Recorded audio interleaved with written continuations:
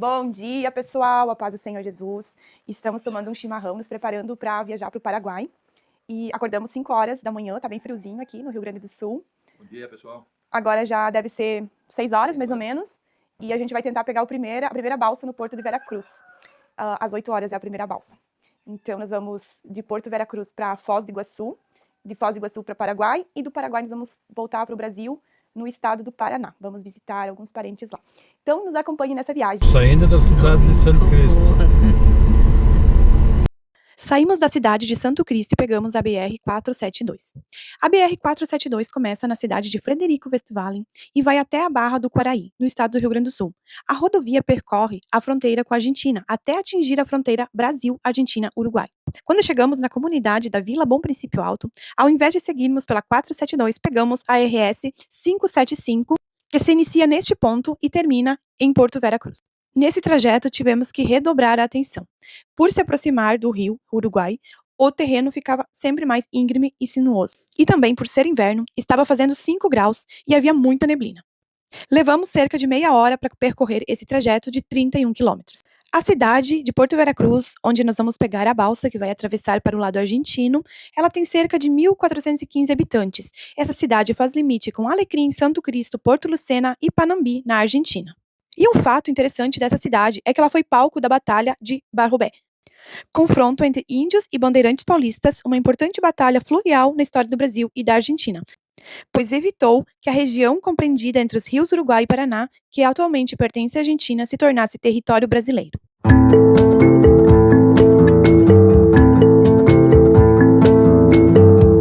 Então chegamos no Porto Veracruz às 7 horas da manhã e ali embaixo, onde se vê ali aquele posto ali é a entrada onde forma a fila para os carros pegarem a balsa.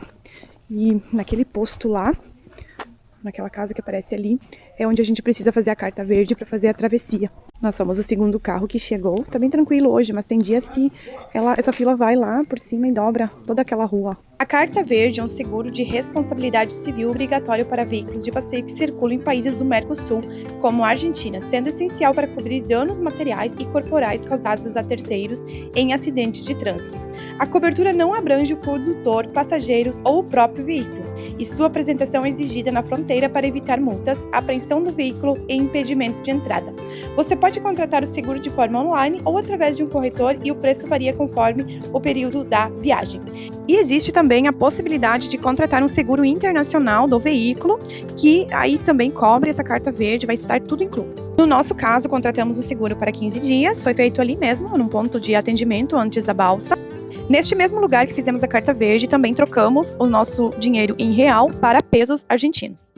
E é muito importante não esquecer de fazer o câmbio do dinheiro, porque em muitos dos estabelecimentos argentinos não aceitam o real. Normalmente, o horário das balsas começa às 8h15 da manhã e termina às 17h15 da tarde. Esses horários podem variar devido às variações climáticas e também pode ser canceladas travessias devido à alta do rio Uruguai.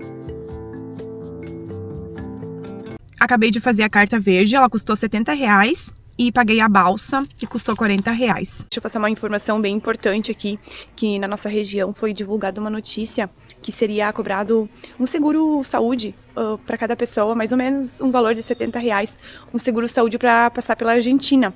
Mas não tá valendo, pessoal, então tá liberado, não precisa pagar esse seguro saúde. E a gente tá aqui esperando, a Marinha precisa liberar a balsa, porque tem muita serração. Daí se tiver muita serração, não libera. Aí para tirar a carta verde, o dono do carro precisa estar junto ou precisa passar uma procuração. E o documento necessário para fazer a travessia da balsa é a identidade de todos os integrantes do carro.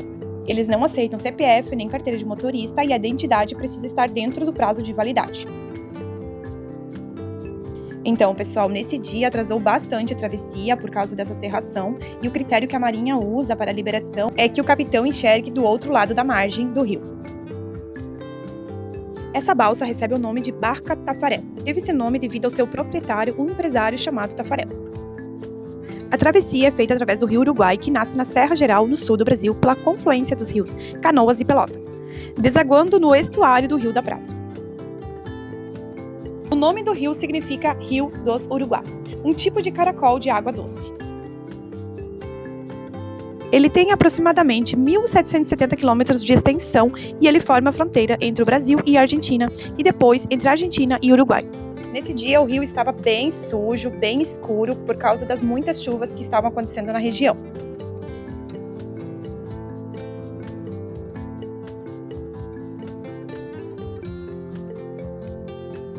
A maioria dos viajantes da nossa região, que se direciona a Foz do Iguaçu, no Paraná, ou Cidade de Leste, no Paraguai, opta por esse trajeto por ser mais curto. São 335 quilômetros, onde leva-se média de 5 horas e 30 minutos. E viajar para o mesmo destino pelo lado brasileiro levaria aproximadamente 9 horas e 30 minutos e um percurso de 591 quilômetros.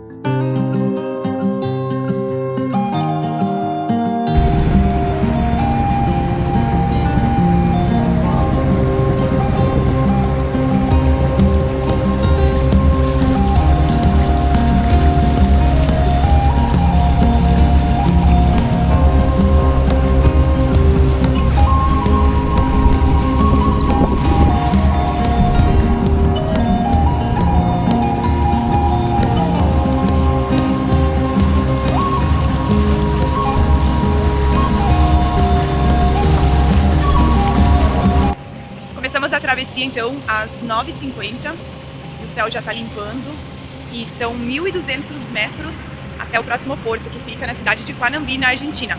Em linha reta, o rio dá mais ou menos 1.000 metros.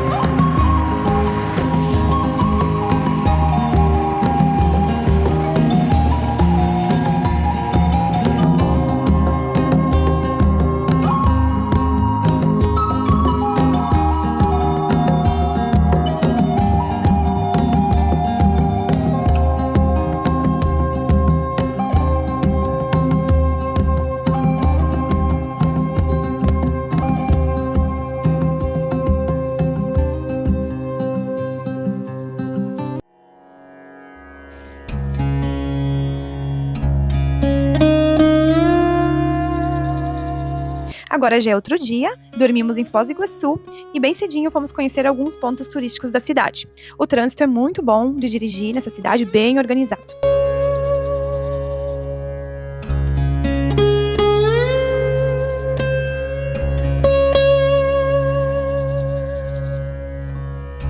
O primeiro lugar que fomos visitar é Yuppiestar Foz. Com 88 metros de altura, essa roda gigante tem uma vista panorâmica única de Foz do Iguaçu, Rio Paraná e Rio Iguaçu, e a tríplice fronteira Brasil, Argentina e Paraguai. E cada volta dura cerca de 12 minutos. R$30 carro, R$20 a moto. No momento que fomos, ela estava fechada. Os horários é de terça-feira a sexta-feira, das 1 às 20 horas. Nos sábados e domingo, das 11 às 20 horas. E nas segundas-feiras, das 15 às 20 horas. E o valor da entrada é de R$79. E bem perto da roda gigante tem outro ponto turístico, é o Marco das Três Fronteiras. E ali também está sendo construído a ponte nova que liga Brasil e Paraguai.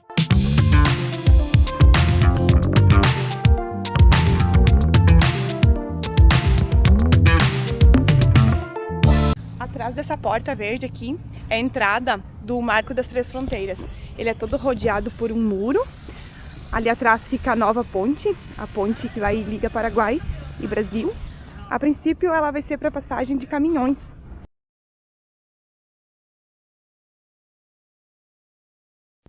O Marco das Três Fronteiras é um complexo turístico que marca o ponto de encontro entre Brasil, Argentina e Paraguai. No local de encontro existe um obelisco, uma vila cenográfica que remete à época das missões jesuíticas e atrações como gastronomia regional e um restaurante.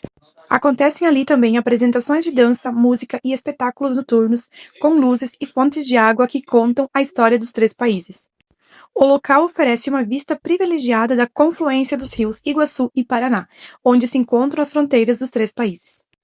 A visitação ocorre de terça a domingo, das 15 horas às 21 horas.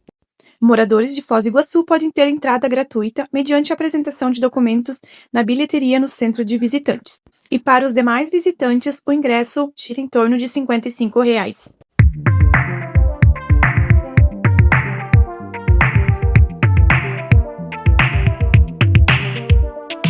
Saindo dali, pegamos a estrada rumo a uma das 7 maravilhas naturais do mundo, as Cataratas do Iguaçu.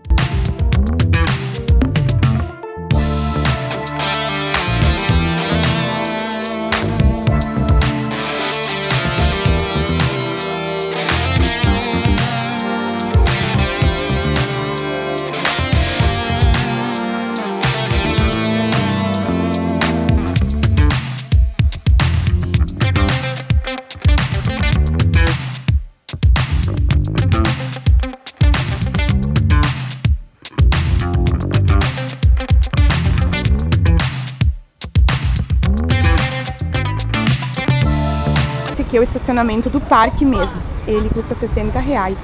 Pode deixar o carro das 8 às 6 horas da tarde. Chegamos na entrada do parque 20 para as 10 e aí está lotado e vamos ter que esperar 1 hora. Vai sair meio-dia o nosso embarque para entrar no ônibus para chegar até nas cataratas.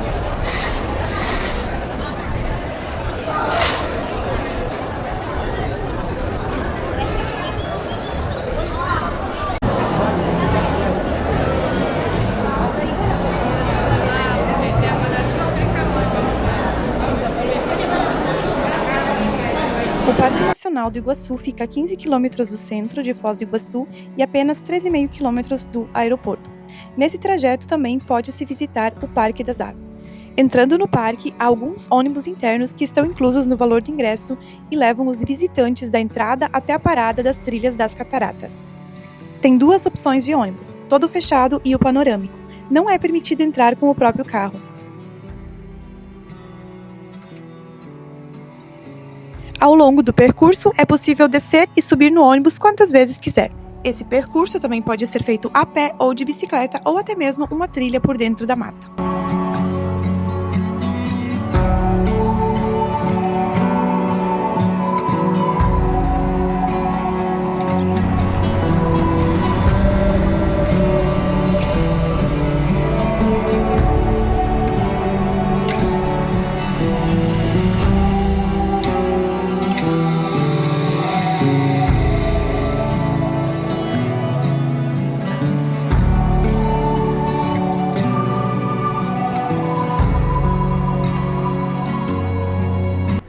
O local é todo cercado e há diversos espaços no caminho que são paradas perfeitas para fotos. As primeiras quedas avistadas já são impressionantes, mas o que vai impressionar mesmo é o final da passarela onde fica a Garganta do Diabo.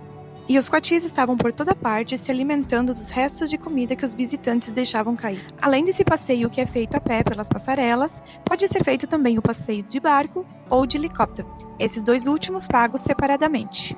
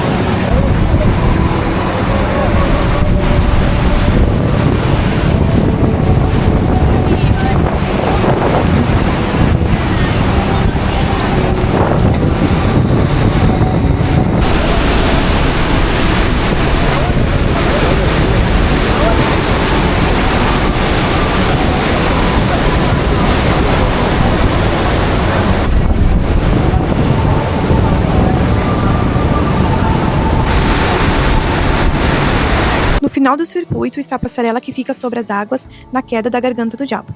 É uma experiência única, sentir a força e o barulho da água. Se deseja ir nessa área e quer se molhar menos, é importante ter uma capa de chuva, além de não esquecer de proteger itens pessoais como carteiras e celulares. E posso te afirmar, o lugar é tão incrível, tão lindo, que foto nem vídeo consegue transmitir a beleza que é este lugar.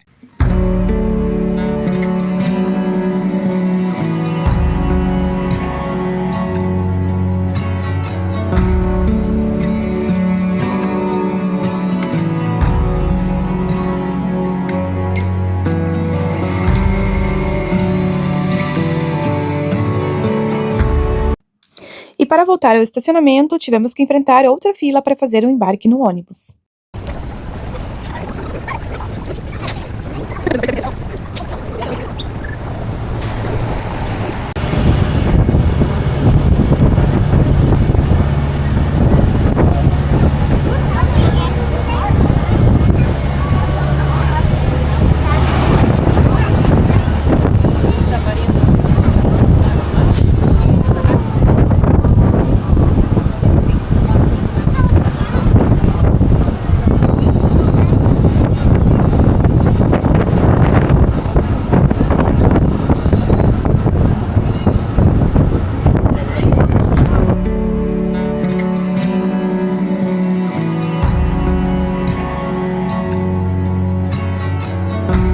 Chegou a hora de nos despedirmos de Foz do Iguaçu, e agora as próximas aventuras serão no Paraguai. Entraremos no Paraguai através da Ponte da Amizade, na cidade de Leste. E logo nessa fronteira é necessário fazer o permisso. O permisso é um registro de entrada e saída obrigatório para todos os estrangeiros, incluindo brasileiros que viajam para o país a turismo. Para cidadãos brasileiros, este processo é gratuito e exige a apresentação do bilhete de identidade ou passaporte válido, além do comprovativo de vacinação contra a febre amarela. O permisso é válido por 90 dias. A não apresentação do permisso resulta numa multa de 645.762 guaranis. Os postos de controle migratório, como a aduana na fronteira, funcionam 24 horas por dia, 7 dias por semana. E vale lembrar que é necessário fazer o câmbio de real para guarani, pois existem pedágios que não aceitam nem real, nem dólar e nem cartões estrangeiros.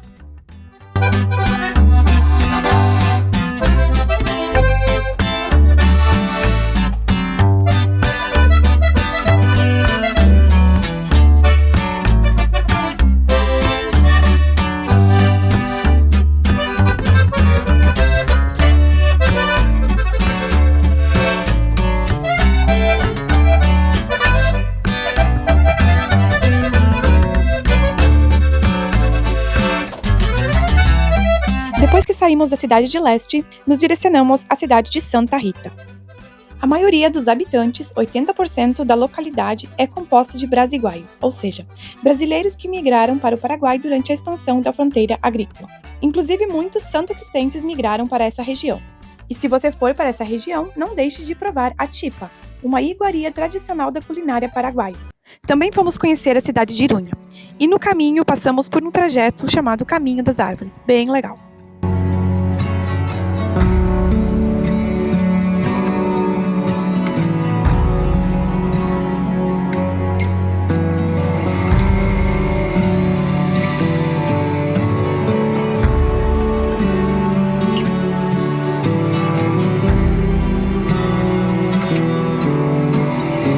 A paisagem de terreno plano é impressionante e também a ausência de pedras, favorecendo assim em muito a atividade agrícola dessa região.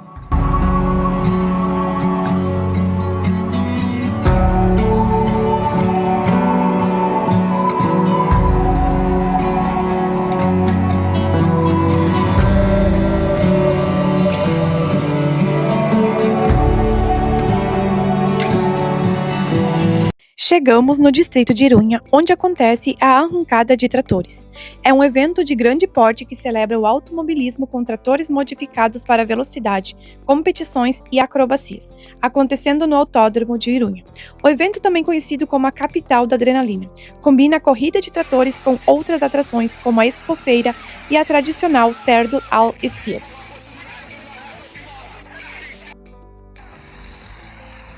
Mas o que impressionou mesmo foi essa árvore logo na entrada da cidade. Uma árvore comum do deserto do Paraguai, mais especificamente na região do Chaco. É essa árvore chamada samu, também conhecida como palo borracho. Essa árvore é facilmente reconhecida pela sua forma peculiar de garrafa, ou barril, no tronco. Essa árvore tem a capacidade de armazenar uma grande quantidade de água da chuva para os períodos de maior estiagem. Conforme a planta envelhece, seu tronco se torna barrigudo. Irunha recebeu 2 árvores de presente da região do deserto. Pelo seu grande peso e pela pouca força das suas raízes, elas precisaram ser amarradas. E já que estávamos no Paraguai, não poderíamos deixar de visitar a usina hidrelétrica de Itaipu, que no lado paraguaio você consegue fazer a visita gratuitamente. Inclusive, até mesmo o estacionamento é gratuito. Para realizar o passeio gratuito, precisa apresentar um documento oficial com foto. O passeio tem a duração superior a 1 hora e permite que os visitantes observem a barragem e fiquem próximos às comportas de sangria, e é realizado em ônibus climatizado com um guia. Ela foi construída entre 1975 e 1982. A usina de Itaipu foi por 2 décadas a maior hidrelétrica do mundo. Ela perdeu o título para uma obra da China, mas segue essencial para o abastecimento do nosso país, sobretudo para as regiões Sul, Sudeste e Centro-Oeste, além de uma parte do território paraguaio. Essa usina é chamada oficialmente de Itaipu Binacional, pois pertence ao Brasil e ao Paraguai, com concreto suficiente para construir 210 estádios do Maracanã. A empresa chegou a ter 40 mil trabalhadores simultaneamente, hoje emprega 3 mil pessoas. O horário de visitas começa a partir das 8h30, com a última saída por volta das 17 horas. A visitação também pode ser feita no final de semana. Mas é importante sempre verificar a disponibilidade, pois os horários dos passeios podem mudar e sofrer alterações.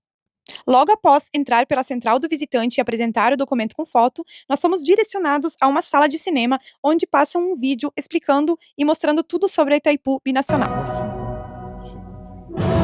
Su construcción, iniciada en el año 1975, permanece hasta hoy como todo un símbolo de la confraternidad entre naciones hermanas. Una asombrosa obra de la ingeniería contemporánea.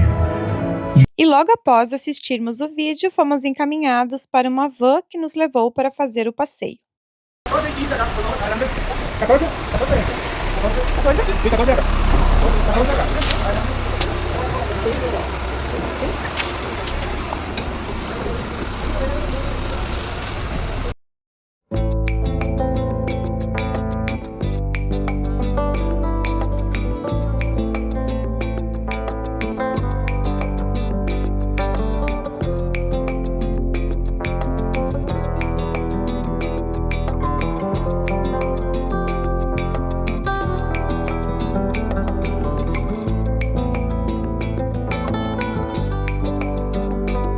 $24 milhões de mudas de árvores nativas foram plantadas na faixa de proteção do reservatório.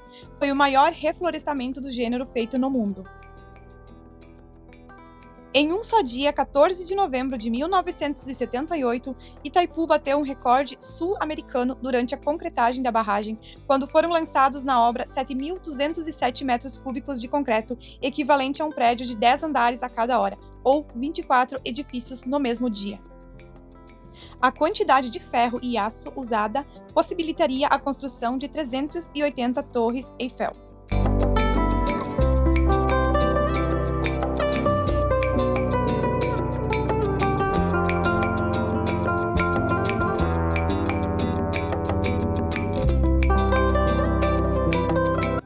A vazão máxima do vertedouro do Itaipu, 62,2 mil metros cúbicos por segundo, é 40 vezes superior à vazão média das cataratas do Iguaçu, que são 1.500 metros cúbicos por segundo. 1.350 km² é o tamanho do lago formado pelo reservatório da Itaipu, extensão maior que toda a área urbana da cidade de São Paulo. A altura da barragem principal, 196 metros, corresponde à altura de um prédio de 65 andares. Os condutos forçados da usina de Itaipu têm 10,5 metros de diâmetro. Esses imensos tubos são os responsáveis por conduzir a água que, após passar pelas turbinas, gera energia que abastece o Brasil e o Paraguai. O seu comprimento é de 142,2 metros e cada conduto pesa 833 toneladas. A sua vazão é de 690 metros cúbicos de água por segundo. Eles trazem a água do reservatório para as turbinas da Casa da Força, onde a energia é gerada.